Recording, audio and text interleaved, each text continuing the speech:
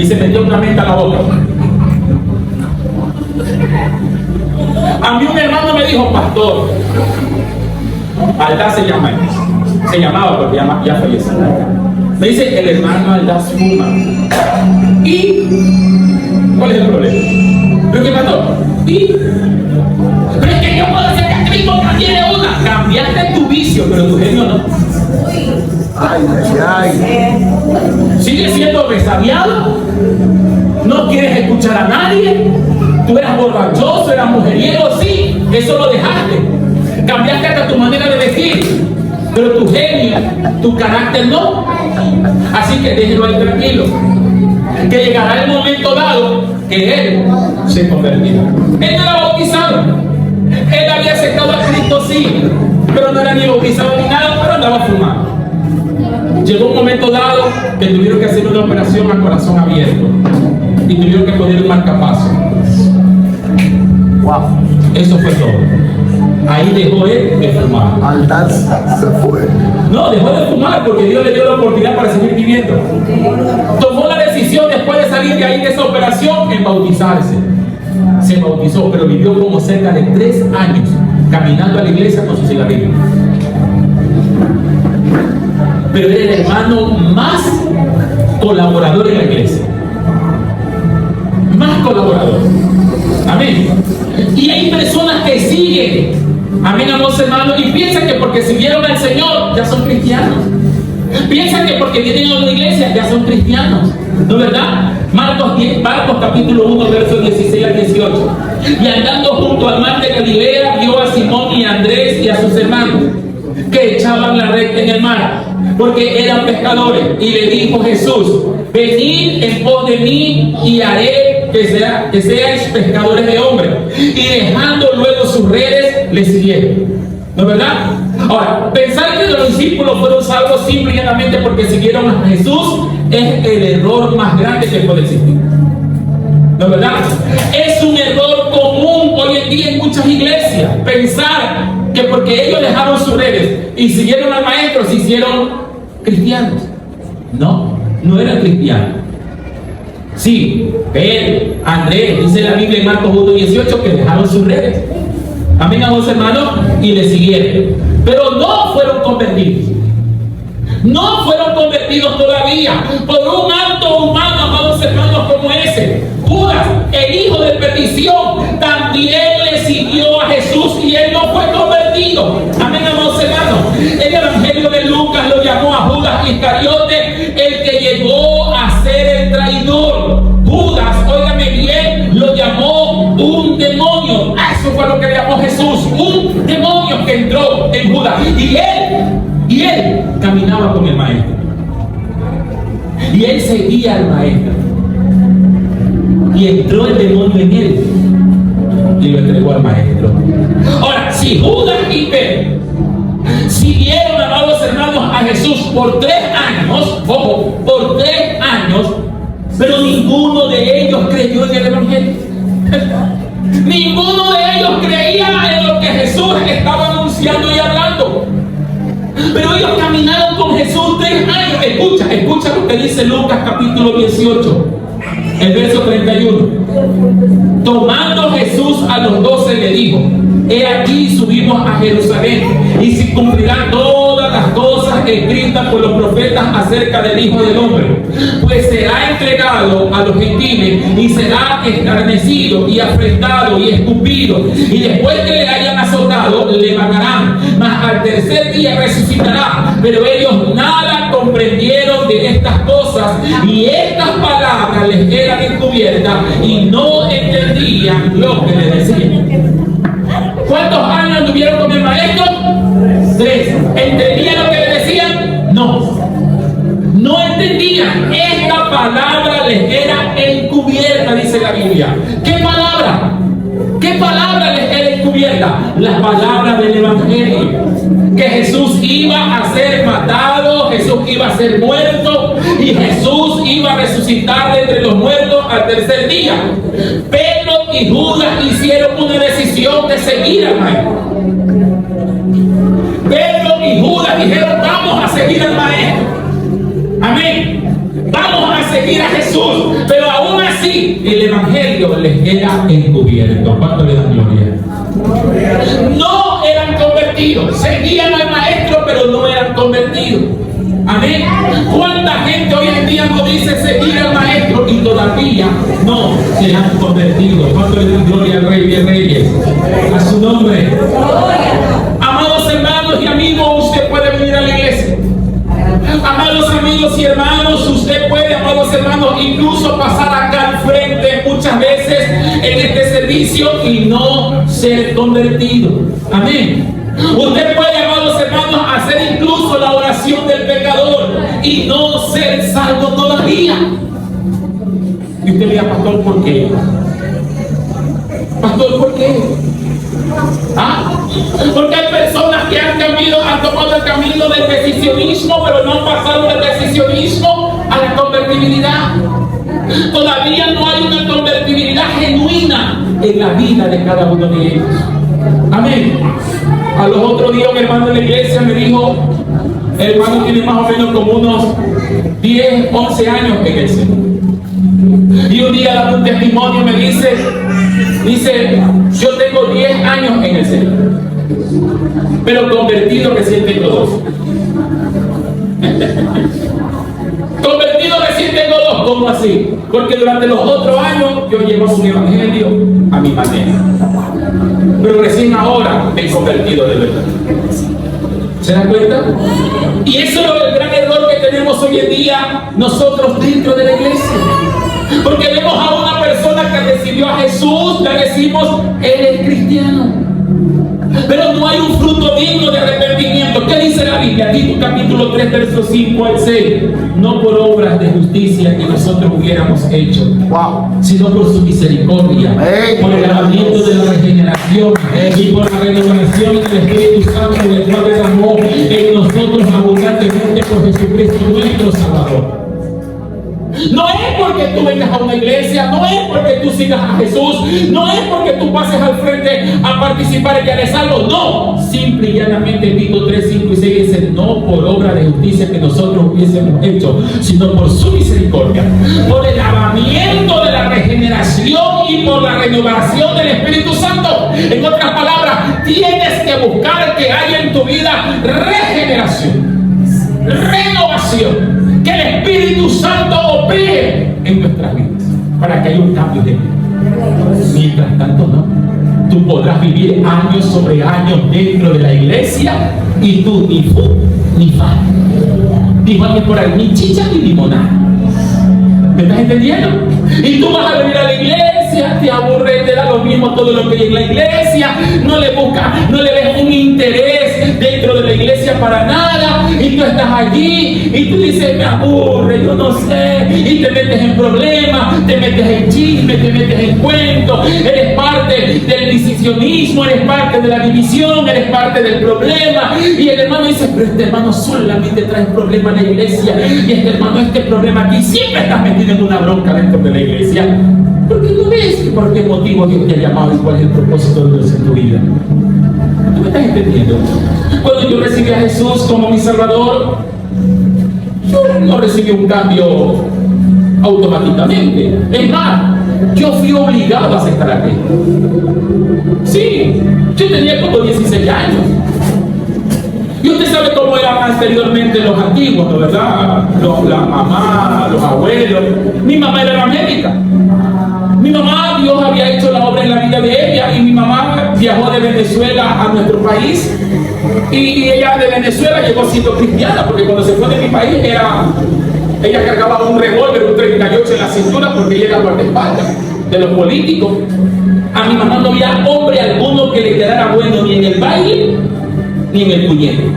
Una negrita de este porte, oigan, y un 38 aquí. Esa era mi madre. Entonces yo le tenía miedo.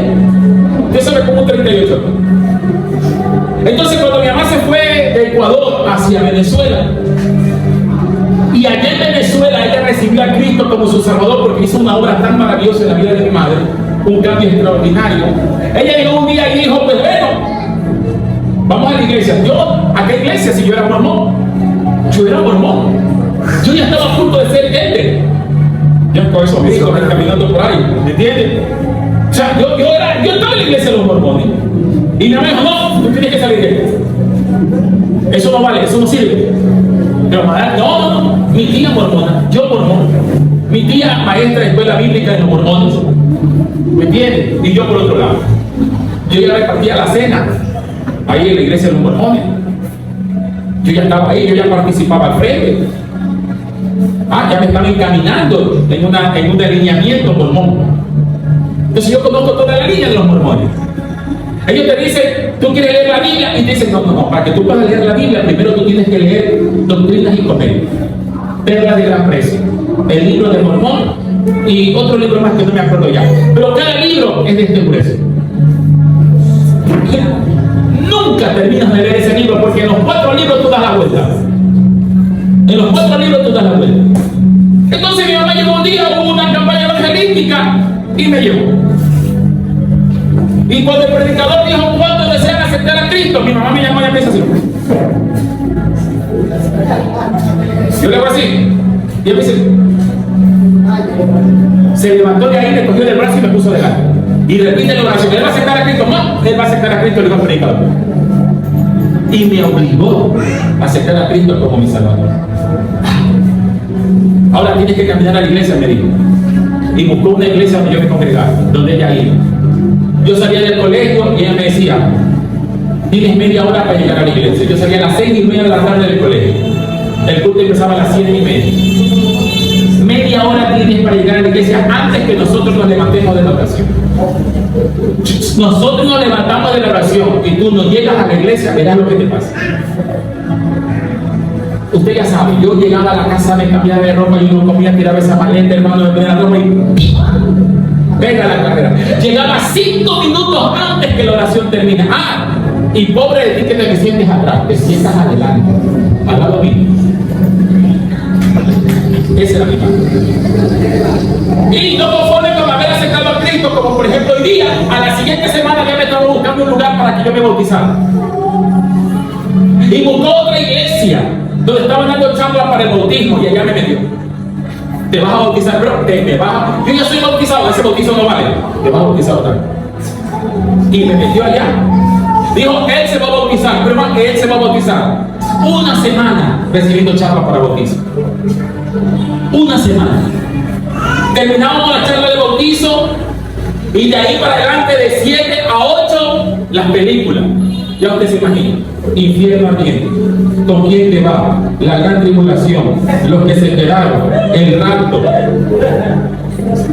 ¿Usted se imagina cómo yo bajé a las aguas bautismales?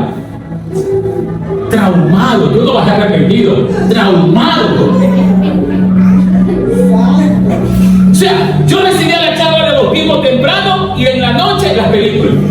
Por eso que cuando yo veo la foto cuando estoy bautizado, yo digo, Dios mío, esa cara es traumada de las películas que yo veía.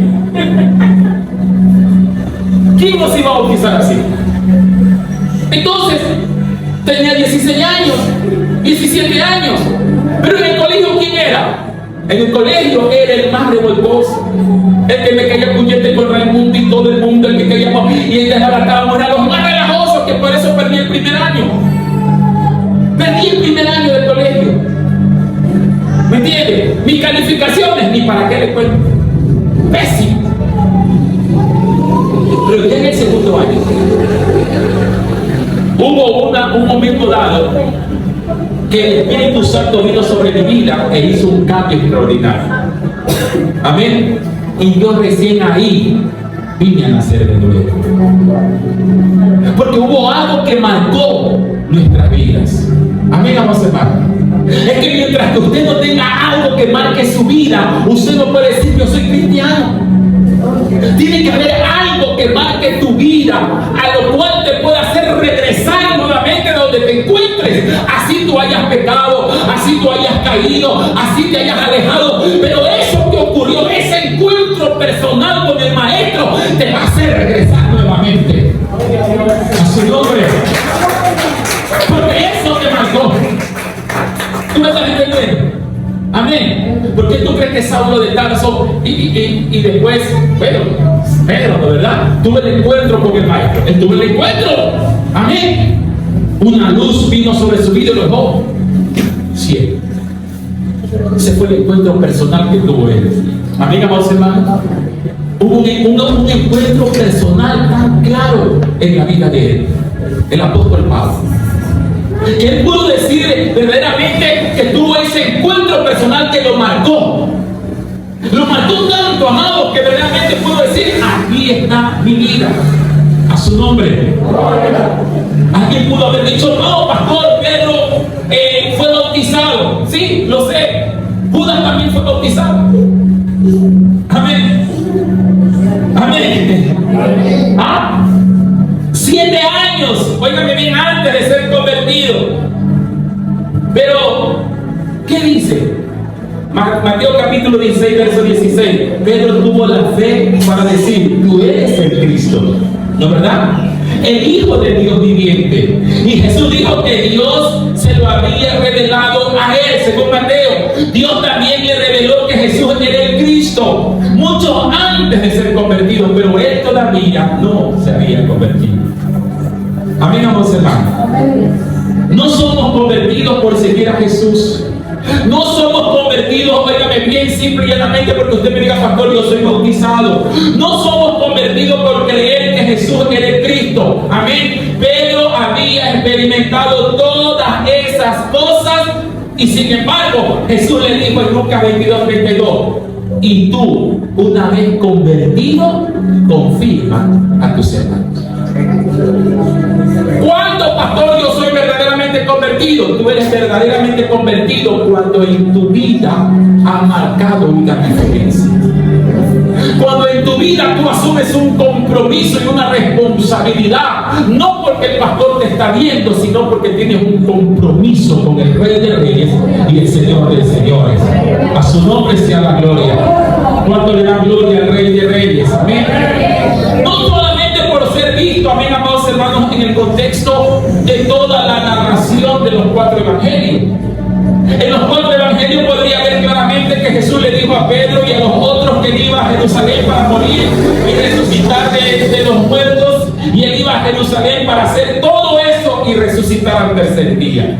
Eso Jesús se lo prometió y se lo dijo 5 veces a Pedro y todos los demás, pero no entendían. Amén, amados hermanos. Pedro y también los otros, a pesar de esta, amados hermanos, instrucción intensiva, los discípulos no comprendieron el significado, amados hermanos, del evangelio hasta después de la resurrección.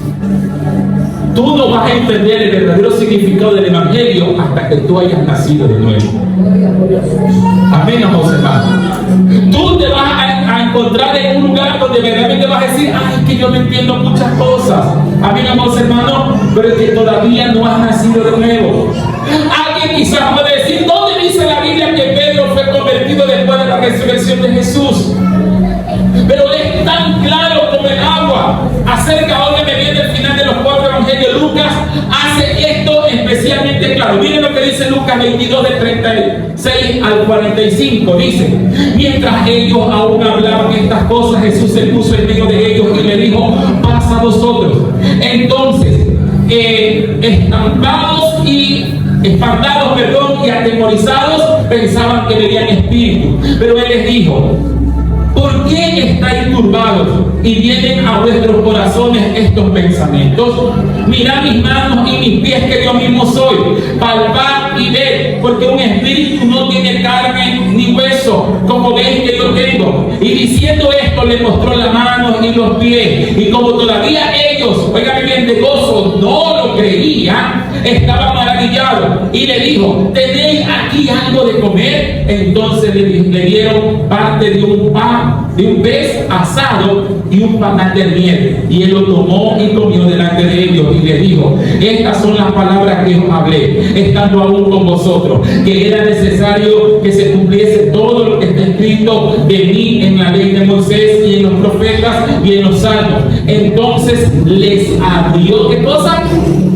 ¿Qué les abrió? Diga conmigo: el entendimiento. ¿Para qué? ¿Para qué les abrió el entendimiento? Para que comprendieran o comprendiesen las escrituras. Ellos no habían sido convertidos todavía. Tú me estás diciendo, pastores, que mire, yo tengo una lucha. Yo voy a la iglesia, pastor, pero sostengo todavía una lucha. Todavía no eres convertido. Los que sostienen una lucha todavía no han sido convertidos. No le ha resplandecido la luz del Evangelio a su propia vida. Amén, amados hermanos. Y Juan agrega, Juan capítulo 20, verso 19. Él agrega Juan. Cuando llegó la noche de aquel mismo día, el primer día de la semana, estando las puertas cerradas en el lugar donde los discípulos estaban reunidos en medio de los judíos, vino Jesús y puesto en medio les dijo: paz a vosotros. Y cuando les tuvo dicho esto, le mostró las manos y el costado. Y los discípulos se regocijaron viendo al Señor. Entonces Jesús le dijo otra vez: paz a vosotros. Como me envió el Padre, así también yo os envío. Y habiendo dicho esto, mira, en el otro pasaje dice que les abrió el entendimiento para que comprendiesen las Escrituras. ¿Qué dice aquí? Sopló. ¿Qué? Sopló. Y les dijo: recibid el Espíritu Santo.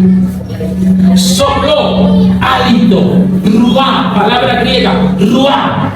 Sopló. ¿Qué es el ruá? El ruá es tomar parte de la esencia de Dios y colocarla en ellos. Ruá. El ruá de Dios sopló. La acción de soplar es extraer de su espíritu para colocarlo en sus seguidores. Porque ¿quién es el que te revela las Escrituras? El Espíritu Santo. Él los guiará hacia toda verdad. ¿Quién es el que convence del pecado? El Espíritu Santo, no es el pastor. Yo no tengo que obligarte a que tú aceptes a Cristo. Yo tengo que obligarte a que tú dejes o que tú cambies tu costumbre. No estoy llamado a hacer eso. Es el Espíritu Santo. Cuando recibes, ¿qué cosa? El ruá de Dios. A su nombre. Amados hermanos, la religión ha hecho de nuestras vidas una vida de cuadrilla.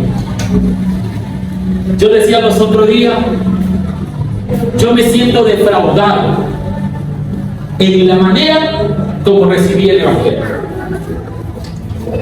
No del Evangelio, no, del Evangelio no, en la forma, en la manera en que recibí el Evangelio. ¿Por qué, pastor? Porque todo era pecado. Todo es pecado. Este es pecado, este es pecado, este es pecado, este es pecado. Y hoy en día tenemos en la iglesia a gente tan reprimida en sus corazones que eso los ha sacado de la iglesia. ¿Por qué motivo? Porque han querido hacer muchas cosas. ¿No verdad? Y dicen: no, este es pecado. Se quieren ver, es pecado. ¿Por qué usted cree que los hijos de los pastores últimamente se rebelan contra sus padres? ¿Por qué cree? ¿Ah? Porque como son los hijos de los pastores, tienen que ser ejemplo, que esto, que lo otro. Y los hijos de los pastores se rebelan. Ya no tienen uso de razón, se rebelan. No quieren saber nada, no quieren salir de la iglesia. ¿Por qué motivo? Porque vivieron bajo ese hijo. ¿El Evangelio qué es? ¿Qué es el Evangelio? Libertad. No libertinaje, libertad. Y si el Espíritu os libertare, ¿qué dice la Biblia? Seréis verdaderamente libres. La religión es la que nos encapsula. La religión con sus reglas es la que nos encapsula. Pero el Señor te dijo: ¿qué te dice la religión? A ver, vamos a poner un ejemplo para terminar. Yo termino con esto. ¿Qué te dice la religión? Para poderte bautizar, si no eres casado, tienes que casar. ¿No, verdad? ¿Cómo que se llama? Que tienes que tener un testimonio, que tienes que aceptar a Cristo, que tienes que, ¿cómo que se llama? Que dar fruto, un sinnúmero de cosas, ¿no, verdad? Requisito. La religión. Pero la teología de Jesús, ¿cuál fue? ¿Cuál fue la teología de Jesús? Y te lo voy a poner fácil. Muy fácil. El ladrón de la cruz, el otro ladrón de la cruz y Jesús en medio. injuriaba a Jesús y le decía: si tú dices ser el maestro, bájate y sálvanos a nosotros. El otro le dice: cállate, que por lo menos nosotros estamos pagando los crímenes que hemos cometido, pero este no ha hecho nada. Y ese mismo ladrón le dice: maestro, acuérdate de mí cuando vengas en tu reino. ¿Qué le dijo Jesús? Cuando tú te bajes de esa cruz y te pongas ropa, hablamos. ¿Qué le dijo el maestro? Cuando tú te bajes de esa cruz y te cases y te bautices, ahí hablamos. Cuando tú te bajes de esa cruz y hayas levantado 5 iglesias, hayas levantado un sinnúmero de pastores, ahí hablamos. Gloria a Dios. ¿Usted sabe la respuesta de Jesús cuál fue? ¿Cuál fue la respuesta? Por favor, ayúdenme. ¿Ah? Desde hoy estarás conmigo. No puede. Los religiosos dicen no. ¿Por qué? Porque tiene medio torso desnudo. Estaba en bikini. Él no puede ir al reino de los cielos. Es tu teología. Tú no compraste las franquicias del reino de los cielos. El dueño del reino de los cielos dijo: al que yo quiero llevarlo al cielo, me lo llevo. ¿Sabe lo que me dijo en una oportunidad un profesor de licenciatura? ¿Sabe lo que nos dijo? Llegó, oiga, pero llegó así como loco. Ese profesor que nos daba licenciatura llegó y nos dijo así: estamos todos los alumnos sentados así como están ustedes ahí. Él llegó allí: buenas tardes, Dios les bendiga, y se fue al frente. Y se puso: ¿sabían ustedes, en la pizarra, sabían ustedes que Judas está en el reino de los cielos? Nuestra religiosidad se fue al piso. Y en un momento dado nuestra religiosidad saltó. A ver, profesor, ¿cómo que Judas está en el reino de los cielos? Y cogió otra vez la pizarra y dijo, y escribió: huevo sin H y huevo con H. Y nos dijo: ¿suenan igual? Sí. ¿Se ven igual? No. Si yo quiero, puedo escribir huevo con H. Y si no quiero, puedo escribirla sin H. ¿Pero por qué le escribo con H? Porque hay una regla gramatical. Usted está diciendo, amigo profe, licenciado, que para usted Judas está en el reino de los cielos. Para mí sí, no sé para ustedes. Pero la Biblia dice que Judas se equivocó.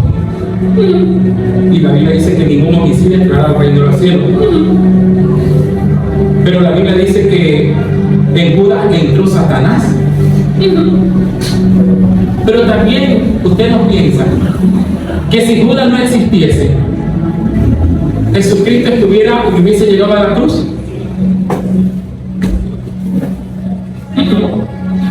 Pero la Biblia dice que Judas era hijo de perdición. Pero ¿ustedes quién creen que es el reino de los cielos? Y nos dijo: ¿qué es lo que les quiero decir a ustedes? La enseñanza de él era que nosotros no podemos juzgar a nadie por lo que la persona es. Que el que tiene la última palabra es el de arriba. Mira, hace muchos años atrás tenía un hermano que yo lo había sacado de la droga, ya mayor. Y con él empezamos a trabajar sacando a todos los drogos de la calle. Montamos una casa hogar, un centro de rehabilitación, y ahí metimos como a 20, a 30 muchachos y empezamos a trabajar. Y él era el director, él era el terapeuta. Estaba bien bonito el hombre, trabajando. Dios lo sacó de la droga. El muchacho, ¿para qué? Lo empezó a bendecir, una carnicería bien grande, todo. Y de la noche a la mañana el hombre se me vuelve otra vez a la droga. La esposa me llama, yo vuelvo a ir. Empezamos a darle seguimiento. Me dijo: hermano pastor, no voy a seguir más. Pero hermano, no voy a seguir, déjelo. Y yo lo dejé porque él es violento. Una vez me sacó un cuchillo de este vuelo y me lo hizo así. Entonces lo dejé. Días van, días vienen, días van, y el hombre empezó a tomar, empezó a ingerir drogas, y el hombre tenía problemas en el corazón. Un día, en la madrugada, ya había amanecido, y la novedad, a él le decían de apodo Toscano. Dice el pastor, Toscano murió. ¿Qué? ¿Toscano murió? No puede ser que Toscano haya muerto. Y vengo la carrera a la casa, todavía lo encontré en el cuarto, lo tenían en la cama, había muerto. En la madrugada le había dado un paro cardíaco y murió. Conversando con la viuda, dice el pastor, mi esposo todas las noches que llegaba, borracho, drogado, él podía llegar como llegase, pero ese hombre 4 de la mañana estaba intercediendo, doblando rodillas.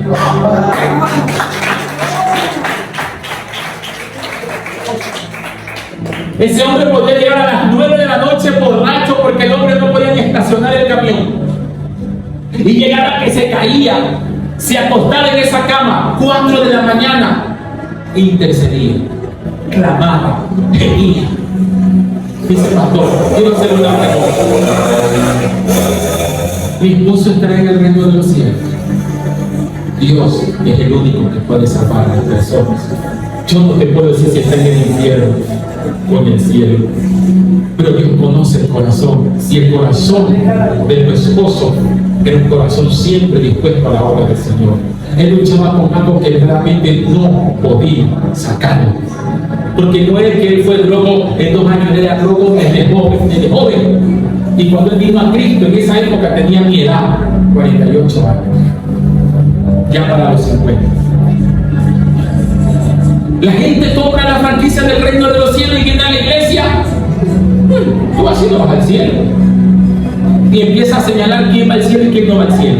Y yo me pregunto, ¿y acaso ellos compraron la franquicia del reino de los cielos para decir quiénes van y quiénes no van? ¿Ah?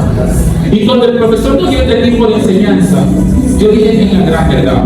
Él no está diciendo que Judas está en el reino de los cielos. Él lo que está diciendo es que el que tiene la última voluntad es el Padre. Y que si al Padre le da gana de que Judas esté en el reino de los cielos, ¿y qué? Díganme, ¿y qué? ¿Se acuerdan de aquella historia que el Señor mandó a buscar a trabajadores? Uno lo contrató desde la mañana, al otro lo contrató al mediodía, y al otro lo contrató faltando unas horas para que termine allí. ¿Se acuerdan? Y al momento de pagarle, a todos les pagó. Y uno de ellos se levantó y dijo, no, pues maestro, ¿cómo se te ocurre, Señor? Pero mira, yo estoy trabajando desde la mañana, me merezco un poquito más. Yo te dije que te iba a pagar tanto y tú aceptaste. ¿Acaso la tierra es mía? La plata es mía y yo le pago a la gente que yo quiera, como yo quiera y la cantidad que yo quiera. Y si él trabajó 2 horas y tú trabajaste 6 y a ti te di lo mismo y a él la plata es mía. En otras palabras, ¿qué le dijo? Usted quiere ser callado, coja lo suyo y váyase, porque la plata es mía, el reino de los cielos es de él. Nosotros lo que tenemos que hacer es la forma posible de que la gente venga y glorifique el nombre de Dios. Póngase sobre sus pies. Denle ese aplauso al Rey de Reyes y Señor de Señores.